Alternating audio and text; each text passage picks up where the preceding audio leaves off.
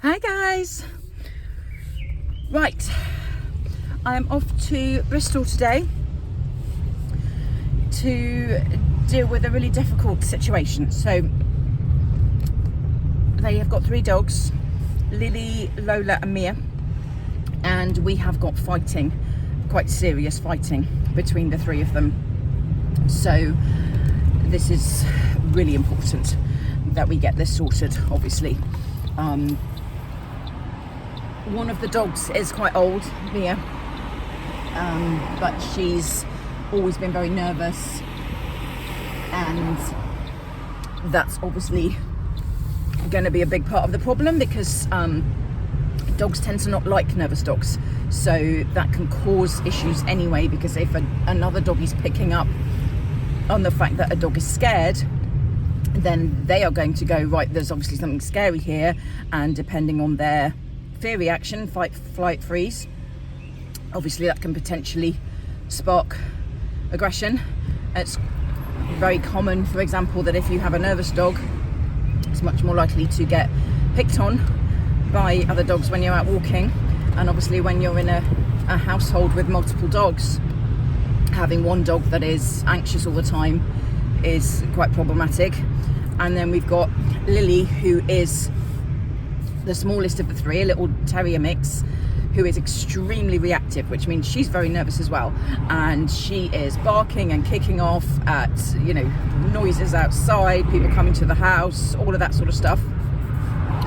And then we've got Lola in the middle, who is the one that is generally starting the aggression but then coming off worse at the end of it, because she is not really the nervous one, although with this sort of situation all 3 dogs are going to be nervous because they've had a fair few fights, some of them serious, and all that does is create more fear, which then creates more aggression. And this is why when we're going out to see a customer with same household dog aggression like this, we always say the more fights they have, the more fights they will have.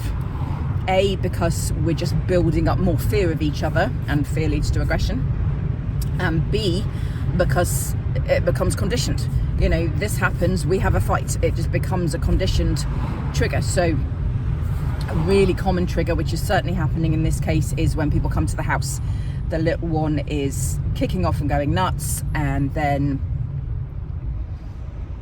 I think it's Lola. Yeah, Lola's then trying to tell her to shut up, but getting too aggressive about it, and then everyone joins in, and we've got a very difficult situation going on.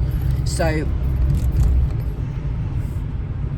yeah, this is likely to be a tough session, quite challenging, but the absolute key to this, the key to dealing with same household aggression, is always, first and foremost, we need by any means necessary to ensure that there is never another fight, because like I said, the more fights they have, the more fights they will have. So first and foremost, we are going to be teaching them how we achieve that. And initially it could be that they lead separate lives, they live in separate rooms. We have crate training, absolutely vital. It's a tricky thing, same household dog aggression, because if they live completely separate lives forever, then obviously you're never going to get it fixed. So we have to be able to reintegrate them, but in a safe way. And this is why a lot of the time we will be using crates, we will be using leads inside, but the absolute priority here is to ensure that there is never another fight by any means necessary, and then gradually teach them how to reintegrate the dogs without a fight occurring. So everything has to be done gradually, and safety is paramount. Now, 2 of the dogs, one of them is a Mastiff cross, one of them is a Staffy cross, and then we've got a little terrier. So I think that Lola's pretty big, obviously Mia's going to be quite chunky because she's a stuffy cross, and then we've got this little terrier who is starting everything and very feisty because terrier. So it's a difficult mix of breeds, and we can't have breeds like this getting into fights, because they're going to do, even with one bite, they're going to do some quite serious damage. And obviously when I had the discussion on the phone, I was saying, you've got to do everything before I come to prevent a fight. That's often easier said than done, and I know they've been trying really hard, but there was a fight, I think the day before yesterday, and Mia has ended up with a badly injured leg, bless her. So this is why we really have to now get extremely disciplined with the safety side of it, and making sure we never ever have another fight with these 3 dogs. So we obviously have got other things going on. Little Lily is reactive to everything anyway, inside and outside, so she needs a lot of work. Mia is just extremely anxious, and because of what's been going on, that's been getting worse, and she's starting to shut down, which is really sad, and we need to raise her confidence. She was at the vet's yesterday, and they have recommended some anxiety medication, which I'm not really a fan of in general, but if she is very severe in terms of her anxiety, then it's something that I'm going to assess whilst I'm there as to whether I think that's going to be appropriate. It's extremely rare that I do recommend prescription anxiety medication for dogs. It's normally not necessary at all, and we can use herbal products which are very effective, and obviously behaviour work, which is even more effective. But in extreme circumstances, and I'd say probably in my 30-year career I've maybe recommended it twice. So it is very rare, but this does sound, from what everything I've been told, it does sound like quite an extreme situation. So there's a possibility that we might look at having some medication for Mia, but with the proviso that we put all the work in place and then work at weaning her off that, because it's certainly not something I would want a dog to be on long term. Gosh, it's very hot, but when the windows are open, I'm just conscious that the wind is making quite a lot of noise, but I just tried to close them and I was about to suffocate, so open them again. So anyway, yeah, we're going to be doing a lot of leadership structure, obviously, because that's what's going to raise their confidence, understanding discipline, understanding how to prevent a fight, understanding how to get them reintegrated and get them all being friends, and how to prevent anything happening in the future. Now, obviously, this is not an overnight fix. This is not something that we are going to sort out in a week. So very sensibly, the owners have chosen our biggest package, which is going to give them 4 one-to-one sessions and 2 group sessions, and lots of other help as well. And I'm hoping that it goes as well as the one I saw yesterday, which was the few I don't know what the dates come up on here, but yeah, just finished one of these where we had same household aggression. Didn't sound that one, the one that we finished up yesterday, wasn't anywhere near as severe as this, and it was 2 dogs instead of 3, which is easier. But that one that we finished up yesterday was unbelievably successful, and those dogs are now, well, completely transformed in my opinion, and having a much better life because of everything we've done, and we're able to be off lead, well, leads dropped anyway, in the house for the first time in about 8 weeks yesterday, which was incredible. Now this one may take a little bit longer because we got 3 dogs in the mix, and like I say, it sounds a lot more severe, but obviously I'm going to need to spend a lot of time with them today, because today is all about getting those safety rules in place and making sure they understand the work they've got to do in this. And it is, dealing with the same household aggression is a lot of work. You have to be very disciplined, you have to be extremely vigilant, and understandably some people do struggle with it. And I have had situations in the past where people have just said, look, it's too much, and they've chosen to rehome one of the dogs, and that can happen. But obviously my hope and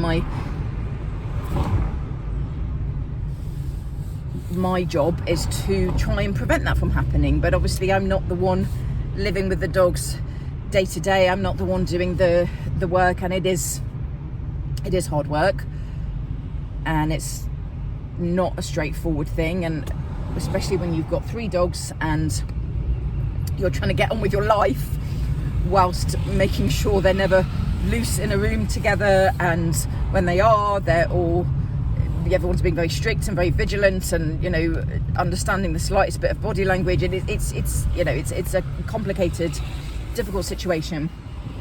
So a lot of work to be done today in helping them to understand the process, making a start on everything. We will go for a walk as well, because I think 2 of them are having problems with each other even on a walk, which is quite unusual. Generally, same household aggression occurs within the home. It's quite unusual that we have dogs that live together that have a problem out on walks, but it can happen. I've seen it before, and in this case that's happening as well. So as well as doing everything in the house, which will be, I'm sure we'll be spending a fair bit of time in the house, but we do need to make sure they can be walked safely as well, and understanding how to achieve that.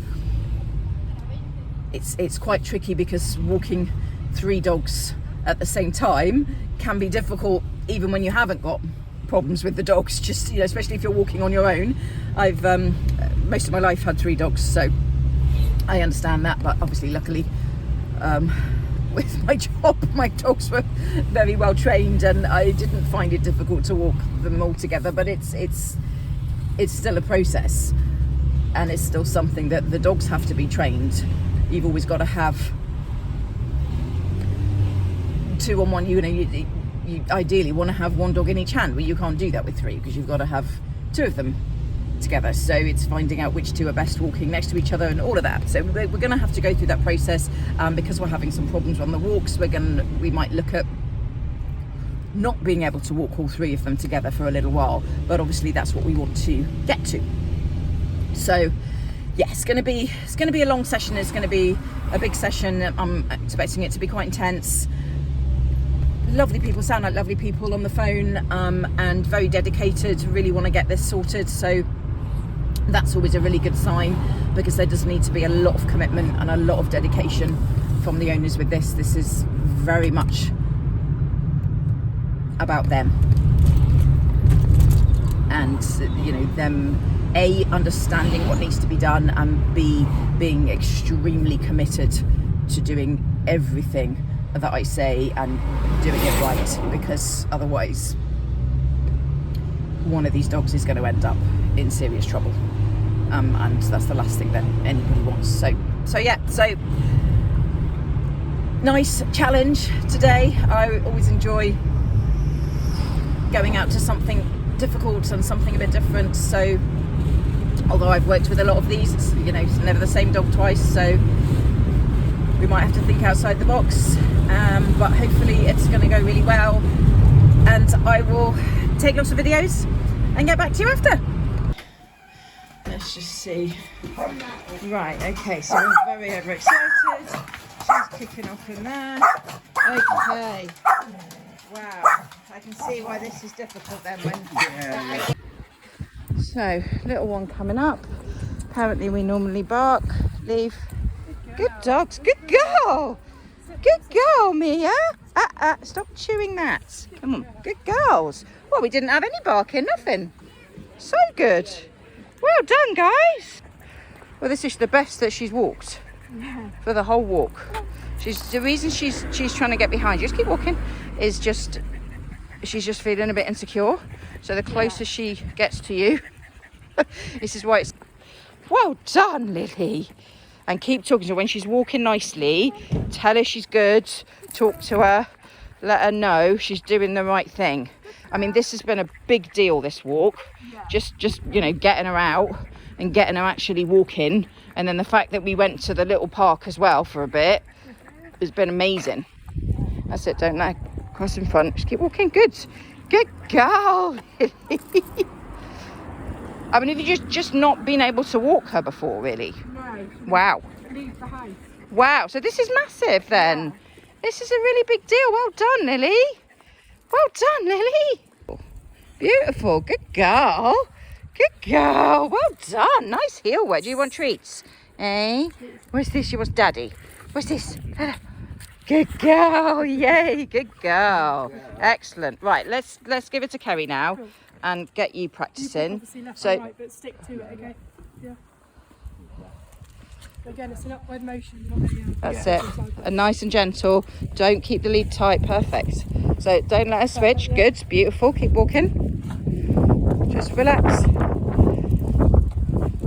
Little bit of pressure. Don't let her switch sides. That's it. Good. That's it. Keep her moving. Well done. She's a lot better this time than the first walk. I don't know if it's because you're here or because she got used to it from the first one. But this is really lovely. She's a lot less stressed. Excellent. Good girl, Lola. And you want to have treats with you all the time when you go for a walk, so that when she is good, when she ignores a distraction, she's going to get a treat. Yeah, when she's been doing nice hill work for 10-15 paces, she gets a treat. Do you see what I mean? So we're using the collar to just stop any lunging or anything like that, but we're using rewards when she's doing things beautifully. Good girl. She might need a wee. Let her have a bit of a sniff. There you go. And again, things like wanting to sniff. Obviously, if she's busting for a wee, let her go. But you can't just let the dog go in and sniff every little thing they want, because otherwise they're leading the walk and you'll never get anywhere. So I always say, you know, if they've not had a sniff for a while, bring them somewhere that looks nice and sniffy, and then go sniff, you know, so they know that it's okay at those moments. But then when you're walking again, we're straight back to hill work. Good girl, Lola. Right, come on, let's just do a little bit more. I know this is a big deal for you. So dog up there as well. We'll see how she responds to that. Kids going by. So as soon as that forehead wrinkles up, give her a little. Now, you don't need to do it that sharply. You're just pulling up. You're just literally up, release. Yeah, it's not a snap. We're just pulling up. All right? Yeah. Good. Good girl. You dealt with that very well. Didn't you, mate? You dealt with that really well. Good girl. Thing is with Lola, Mia's doing fab. This is hard because she's near the traffic. That's it. Keep her on the same side. I'll just wait. I know it's hard being by the traffic as well. This is a big deal for you today, isn't it, Lily? Eh? Oh, he's going the other way. Come on then. And get another dog go past and no barking. Come on, Lily. Just pull up and walk. Just up and walk. That's it. Good. Good, good, good. Relax, relax, relax. Good. So as soon as you've done that little pull up to get her moving, straight back to being really relaxed. Good girl. Good girl, Lily. So good. Yay.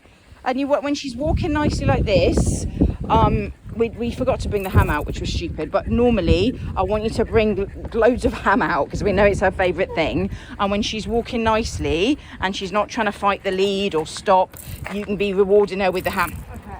Yeah, because she's not bothered about my treats. They're not nice enough. They're not ham, are they? Eh? Good. Good. Excellent. She's fast asleep, I think. She's tired. Love her. Right. Okay. That was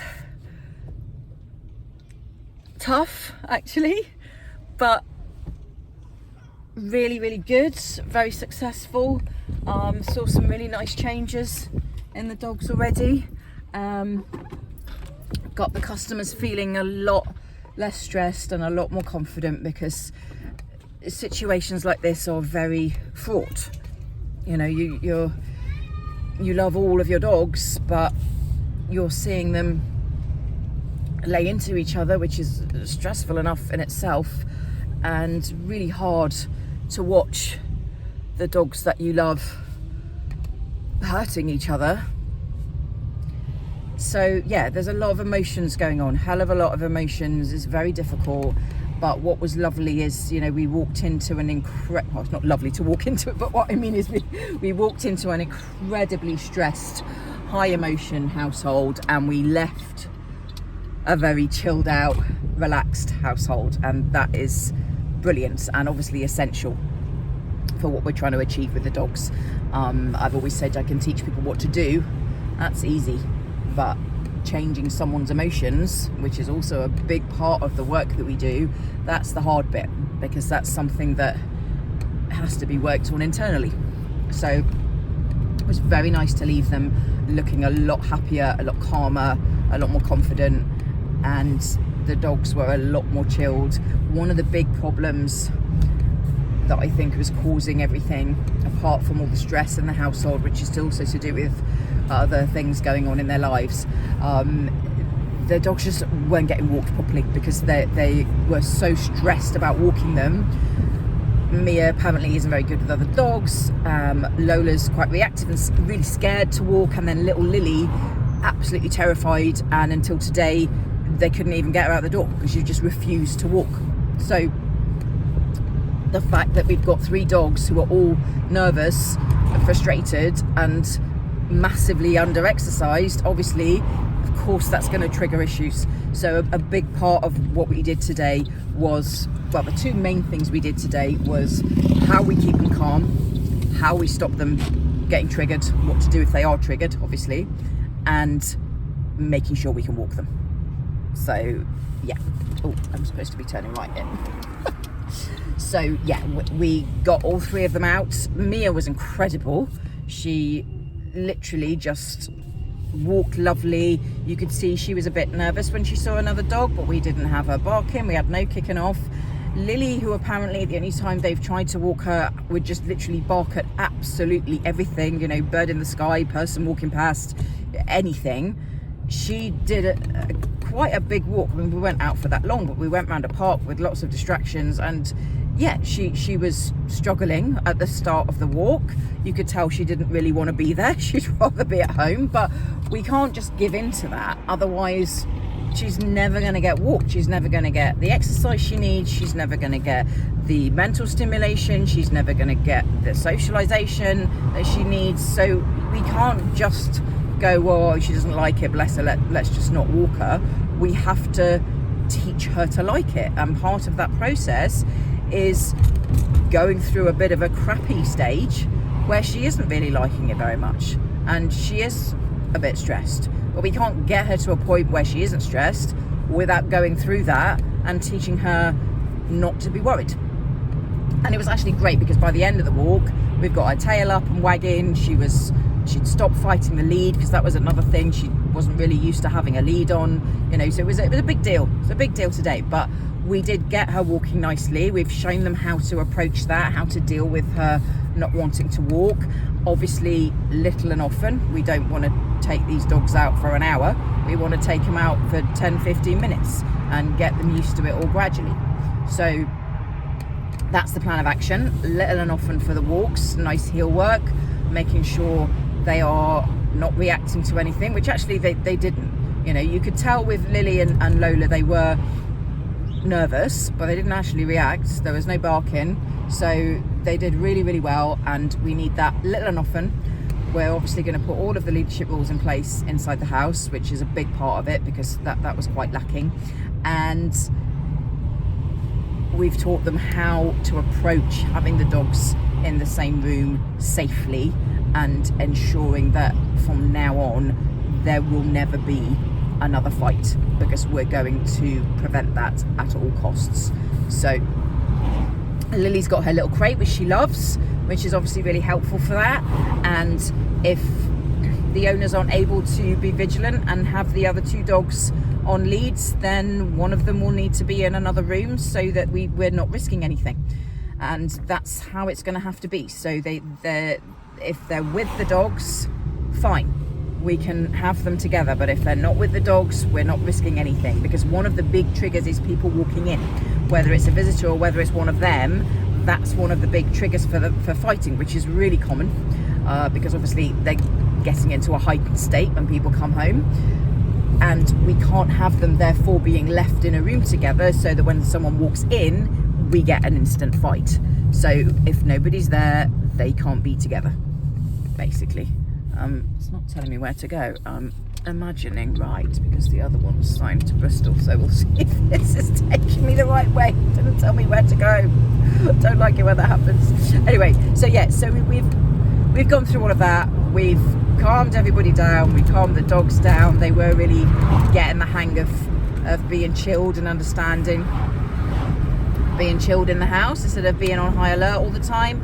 And we did some great walking skills. I was really pleased with it, but yes, it's going to take a lot of work because we've got 3 very, very stressed dogs, all feeding off each other's stress. So there's a lot of work to be done in calming them down, but I am confident that we can do this, providing obviously that the owners are able to stick to everything and follow what we've taught them. So it was a good session. It was a hard work session, which I was fully expecting and don't have a problem with, and it's going to be a really nice job to watch things progress, because if things go as I'm expecting, we will have 3 very, very different dogs at the end of this. Just the changes that we achieved today, I know the customers were really, really happy about, and I'm quite shocked that Lily wasn't barking. We even did a knock on the door. I'm not sure if I think I forgot to video it, and Lily didn't even bark, not one single bark, whereas normally, as you would have seen in the first video, just, non-stop barking. So we had none of that. So, huge changes already, but we've got to keep that going and get everything improving more and more and more until we can have 3 chilled out dogs who are happy to live together again. What was nice is out on the walk, Lily was actually wanting to initiate some play with Mia, which was really sweet. So I think they can be friends again, but I think it's just going to take just a bit of work, bit of time, bit of patience, and we will get there. Anyway, I will obviously keep videoing the rest of these sessions, and you can watch these dogs change, which will be amazing. So yeah, go home now, get everything typed up for them, do some calls and emails, and that is my day today. I will see you next time.